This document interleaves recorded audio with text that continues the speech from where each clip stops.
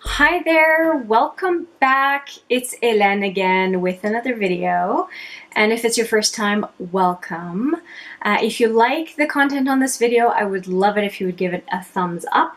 And also if you would want to consider subscribing.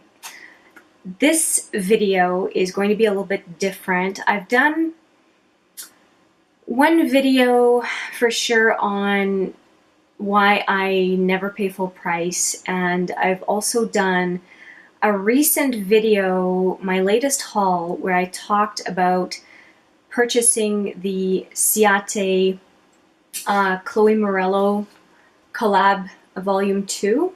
What I want to talk about is how I approach purchasing makeup. And for me, waiting is the norm, not the exception.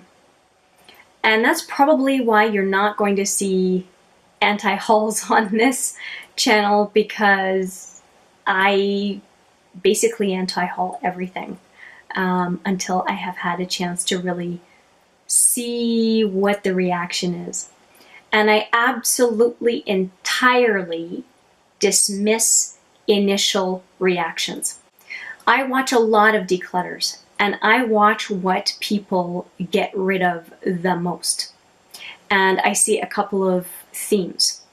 I see drugstore palettes getting decluttered far more than higher priced items. And I also pay attention to the types of palettes that stay in a collection versus the types of palettes that get discarded. Often there are palettes that had a great marketing hype, a lot of buzz, kind of at a very sharp apex, and all of a sudden the interest died down. So when I'm looking at eyeshadow palettes, I'm looking at palettes that survive people's declutters, that people constantly talk about enjoying the quality, the versatility, the quality of the product, and that kind of a thing. And that has made me build my collection a great deal based on that approach. There tends to be a lot of accolades even now for shadows that were released years ago. So you can kind of see the trend I have here. I like to go for tried and true products that survive the hype, that people will continue using even years after the release. And so here's another example. Now, some people are decluttering this now because they're talking about age, but it's not everybody, and usually it is the chocolate bar or the semi-sweet, I think, that is surviving the declutters. And so this is the Too Faced chocolate bar. Still yet untouched because it's relatively new in my collection. And when I looked at the Too Faced chocolate bar palettes, the one that is most often identified as the most useful, the most diverse, the most versatile, the one that survives the most declutters, it is this one. And that is why I decided to get this one. It's well beyond the hype. It is a classic at this point, new to me. I have a lot of confidence I will love it, and I got it for half off. I'm very happy with it, and I'm looking forward to trying it and to have it as a complement to the rest of my Too Faced collection. The chocolate bar, the sweet peach, the just peachy. So those are what I have now. I also want to should mention the Tarte products. So I have the Tartelette in Bloom, and the Tartelette Toasted.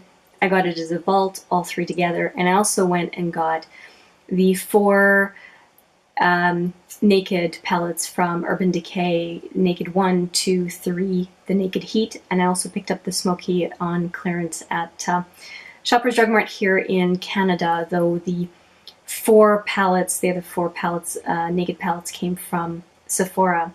I also got the Naked Ultimate Basics and the small Basics 6-pan. I mentioned those as well because they've been around since 2014. Not the tartlets, but the Urban Decay Naked series. It is a cult classic. They are very good. They are very different from each other. The first two maybe not so much, with the Naked 1 being the warmer, Naked 2 being the cooler. But Naked 3, very, very different. Naked 4, very different from the other ones. And the Naked Smoky, one of my top two, very different again. I really feel like they're tried and true. They're loved by many. Yes, some of them are getting decluttered. I think it's either from having had them just too long and getting bored with them, or that they're too old, or they've been panned and they're looking janky and funny and whatever. But a lot of folks are still talking about how good of a palette they are.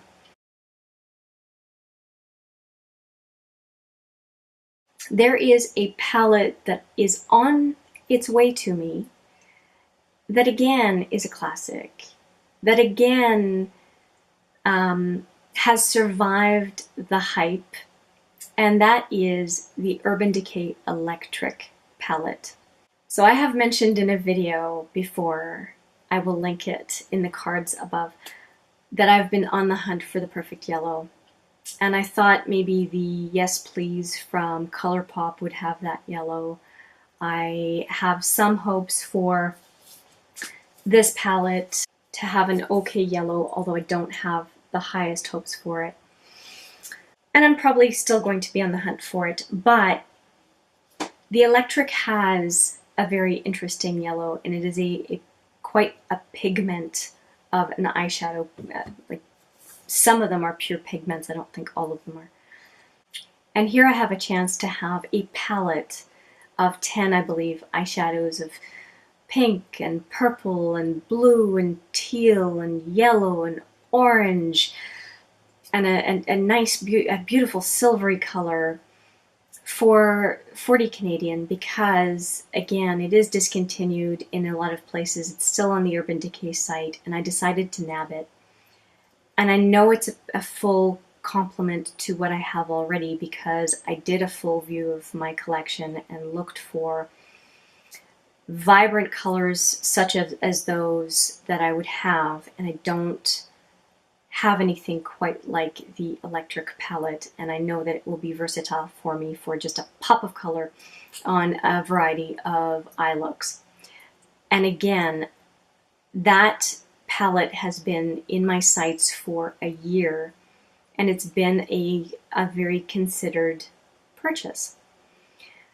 And I think that the message I'm trying to offer here is that I think I avoid a lot of regret and a lot of angst when my timeline for purchases is, I'm looking at the long game, not the short game, is I guess what it comes down to. I value the reflection on what products I want to bring into my collection. I guess you could call it a curation of sorts. And I want to keep doing that, especially now that I'm kind of caught up on what would be the cult classics, and really consider whether a product has been out on the market long enough to have survived the hype. Sometimes there's going to be a Christmas collection that maybe you don't want to wait for because you really know it appeals to you and it's not just the hype. And for me, the Heavy Metals palette, the purple packaging right there, would be an example of that. But that would really be the exception that confirms the rule. It's more of a ignoring the hype, meaning that everything's in anti-haul up front, and watching people's reactions and not taking someone's word for it, including myself when I first start using a palette I haven't used before, and watching not what they say, but what their behavior is. And when people really behave the way they initially thought they would, or some cases differently, then it reinforces whether or not the product in question makes sense to add. And there is so much makeup, and if you have a growing collection already, you already have options. I have options. I have foundation options. I have blush options, bronzer options, eyeshadow options. There is no emergency to add something to my collection. So why not really give purchases some thought, some consideration? And there always seems to be a payoff to not jump on the bandwagon and not be in a rush. Anyway, I hope this is a little bit of greater insight in how I weigh product purchases, especially when it comes to eyeshadow palettes, and that you found this discussion useful in some way. I would love to hear what you have to say in the comments below. If you like this topic, this approach to makeup buying, please consider giving it a thumbs up. And if you like the content on this channel in general, I would appreciate if you would consider subscribing. Thanks for your time today. I appreciate you watching, and I look forward to seeing you in the next video. For now, I'll say take care.